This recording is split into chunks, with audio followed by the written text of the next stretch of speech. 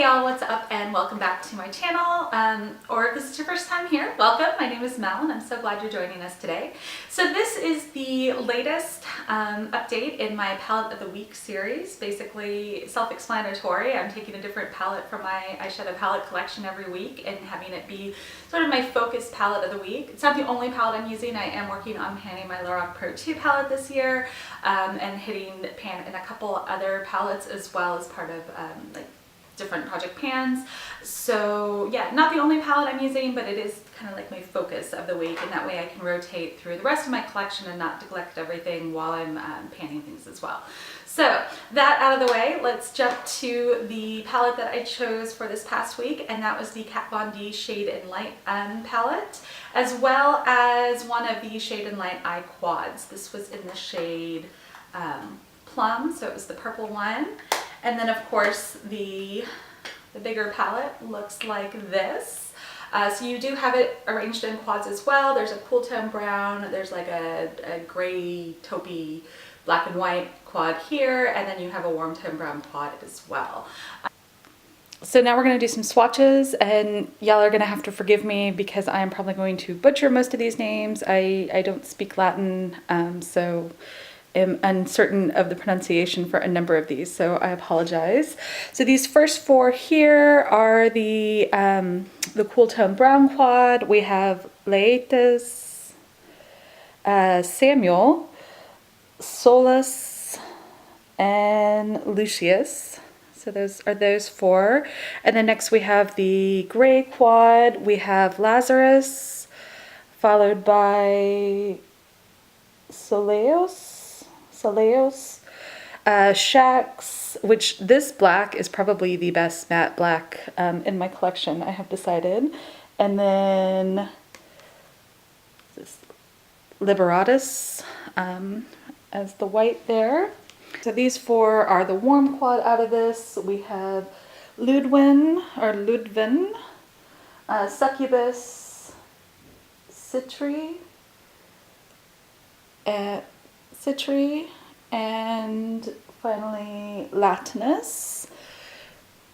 And then these four here are from that Plum quad, and they don't really have names. It's just base, define, contour, and highlight. And so this was my first time using this palette. This was brand new to me, and the smaller quad I had used only once before the series as well. So really this is a first impression video as well as a palette of the week series. So yeah, I really enjoyed these, and not only is this first impression of these particular palettes, but this is actually also the only Kat Von D eyeshadows that I have ever tried. So just in general, I was really impressed with the Kat Von D eyeshadows. I did really kind of stick with the quads the way that they're laid out for this week. Again, with it being my first time with this palette, I kind of wanted to get an idea of how it was laid out and how it was designed. So I did stick strictly within the quads for 3 days. Today I'm actually wearing the cool tone brown quad. And I didn't take pictures of the other two because I didn't think it was anything all that interesting. But the fourth day that I was wearing this palette, which was actually the first time I wore the palette, oddly enough, was in it's the look that I'm wearing in both my face and eye product collection videos that I did as part of my makeup collection series. So I'll insert a screenshot there so you get an idea of what that looked like.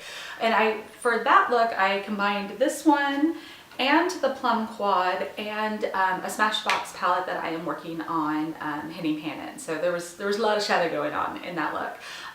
But really did enjoy using this as like my transition shade and my base shade for that look. So, and that was kind of my impression of this in general in terms of the shade selection. It's, you know, it is what it is. It's just a neutral matte eyeshadow palette. So, you know, on the one hand, it is a little kind of boring in terms of what you can do with just this palette, but I do think that the transition, you know, it makes for like a great complementary palette with the transitions and the highlight and the base shades. You know, if you've got a palette that is mostly or all shimmers, like this would be great to pair with that.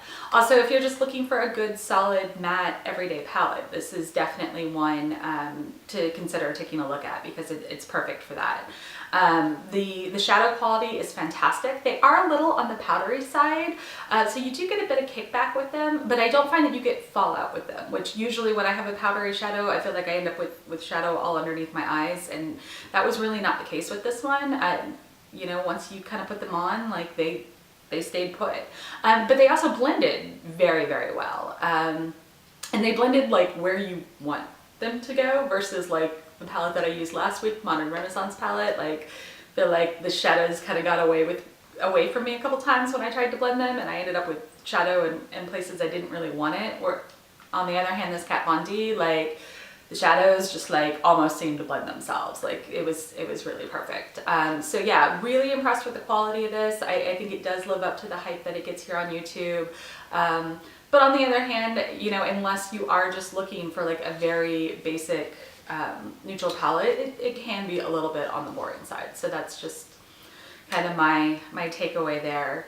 You know, kind of after a week with this, I'm definitely ready to put it away and try something else. Speaking of which, I did pick out my palette for next week, and it is the Glitz and Glamour Shadow Clutch from Butter London. If you watched my eyeshadow palette collection video, which I posted about a week and a half ago, you'll know this is a palette that I'm not quite sure if I like, and that's actually why I picked it this week. This was part of their Holiday 2016 collection, so I picked this up right after Christmas, so like it was, you know, winter 2017, so it's about a year old, and I really haven't gotten very much use out of it. I used it a couple times in winter of last year, and then, you know, it was not a palette that the shades were appealing to me outside of winter, so I really haven't picked it up again since then. So it is one that I am thinking about decluttering this year because I wasn't super impressed with the quality of these shadows in the couple times that I did use it last year. But it was something that I want to use more of before I make that final decision. So that is why I decided to go on ahead and pick it this week. I also wanted to pick a slightly smaller palette because I do need to do some serious work on my palettes that I'm working on trying to hit pan in this year. That's kind of something that I've noticed with doing, you know, this palette of the week series as well. Like some of the shadows that I am working on panning are sort of getting neglected a little bit. So I thought by just using the quad, I could get some use out of it this week, hopefully enough to decide whether or not I do actually like this, but then also really try to focus on my panning as well. Yeah, that's what we're going to do with my eyeshadow this week, and we'll be back next week to give you an update on this one, and then also, you know, reveal what palette I will be working on for the next week. Along those lines, if you did watch my shadow collection video, or if you want to, after watching this video, go and do that, and there's anything that I talked about in my eyeshadow palette collection, any of the palettes that I have that you would like to see some more in-depth discussion on, more swatches, more like look ideas, more of my thoughts on the overall quality of the shadows, let me know in the comments down below, and I would be happy to, you know, take suggestions for what palette to use next. Yeah, so until next time, I hope y'all have a great rest of your day, and I will talk to you later. Bye.